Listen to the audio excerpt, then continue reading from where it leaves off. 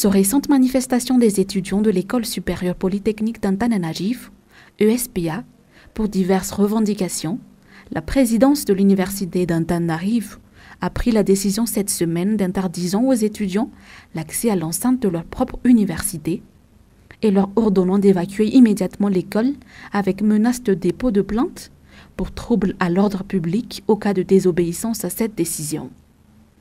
Majka Valmanen condamne fermement cette décision, image de la dictature régnant aujourd'hui chez nous, laquelle empêche lourdement les citoyens de s'exprimer, même pour leurs droits fondamentaux déjà visiblement et foncièrement bafoués. Il condamne également le non-respect des droits des étudiants. Oser fermer l'école, c'est oser détruire toute la nation. Cette décision reflète la manière dont on gère le pays aujourd'hui. Il requiert vivement des infrastructures dignes pour les étudiants malagasy sans exception.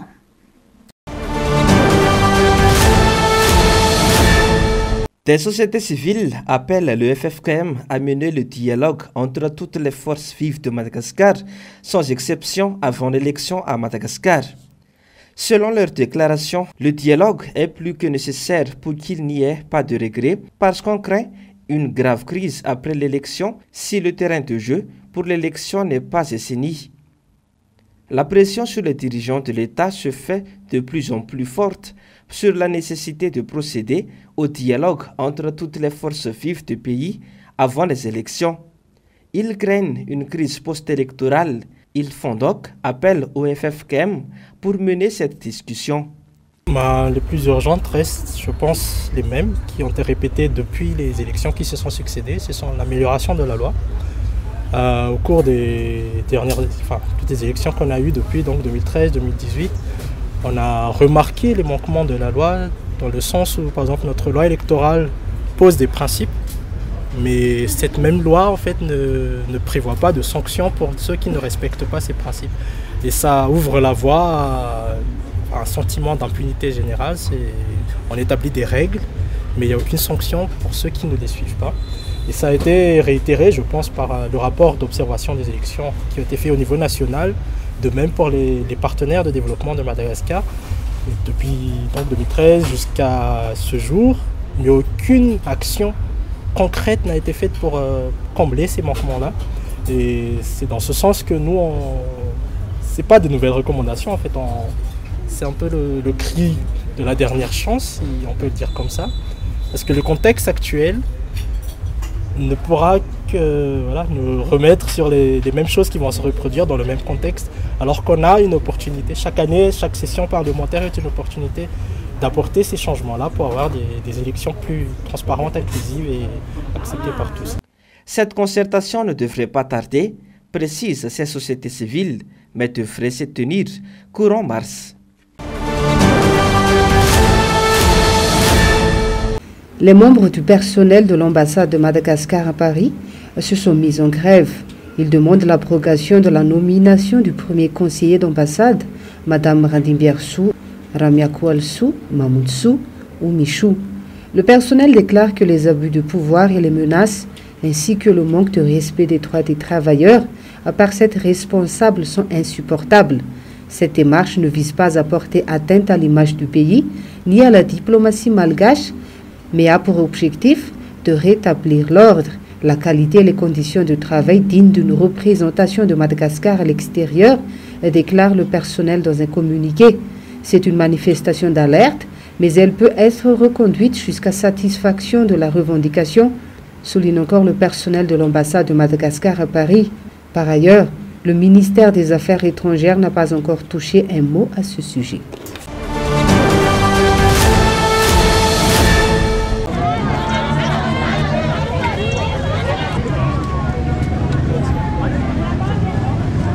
Sans discuter, Madagascar appartient au président de la République ainsi que ses entourages.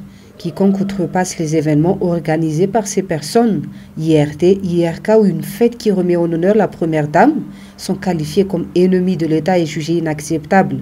Comme récemment le cas des femmes Team du 8 mars, une célébration qui concerne toutes les femmes, vieilles, jeunes ou enfants, et selon leur bon vouloir, de le faire à Mamas ou pas.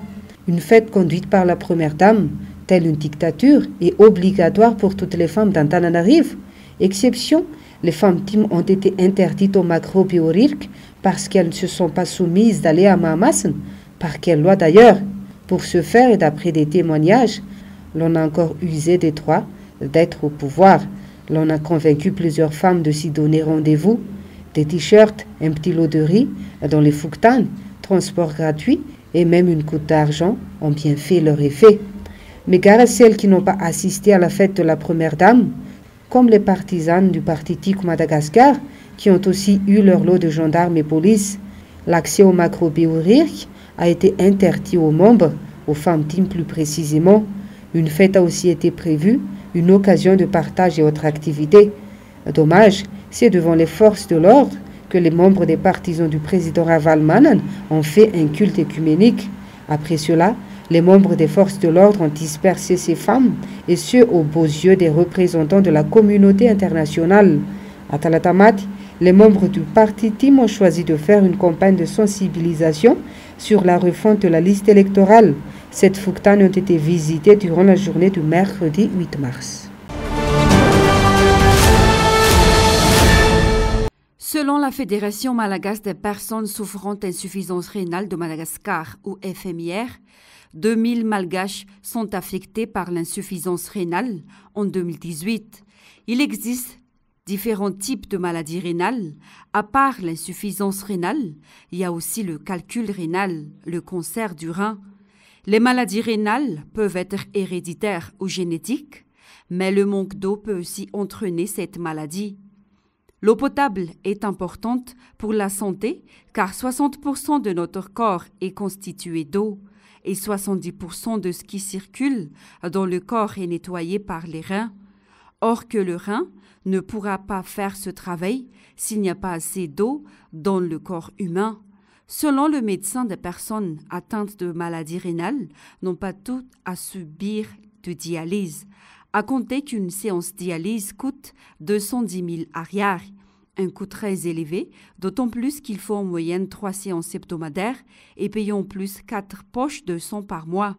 Au total, un patient doit réunir dans les 5 millions MGA par mois, alors que le traitement doit se faire à vie.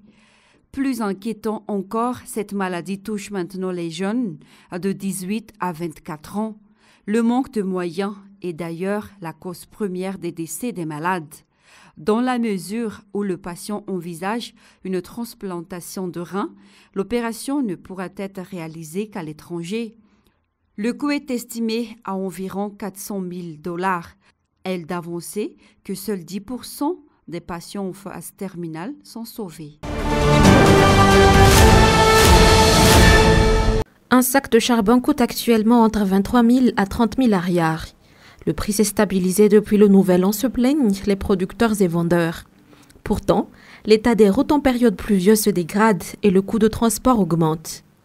À cette même période l'an dernier, le prix du sac du charbon variait entre 50 000 à 55 000 ariary.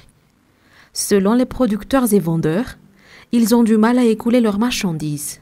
Si auparavant, ils arrivent à vendre la quantité d'un camion de sacs de charbon de bois pendant 3 jours, il leur faut plus d'une semaine pour les vendre maintenant. Or, 90% des ménages malgaches utilisent du charbon de bois comme combustible. La plupart des marchandises ici en Pasque proviennent souvent de Manakar et Fianarantsoa.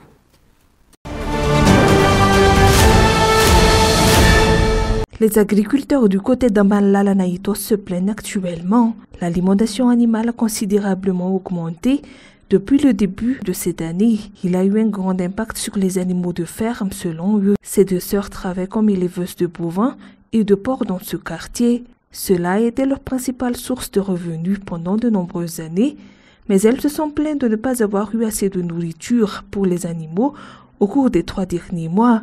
Par exemple, la pomme a connu une augmentation plus de 50%.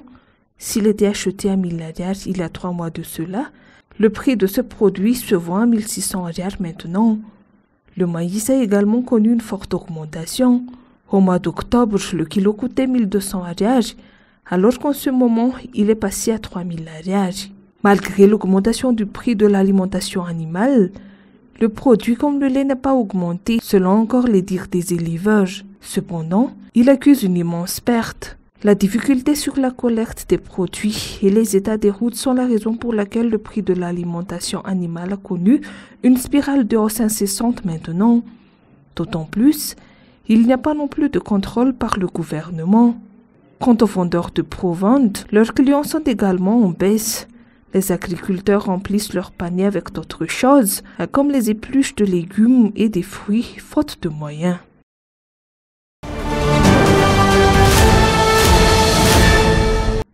Le retour de Freddy dans le sud-ouest du pays laisse un bilan lourd.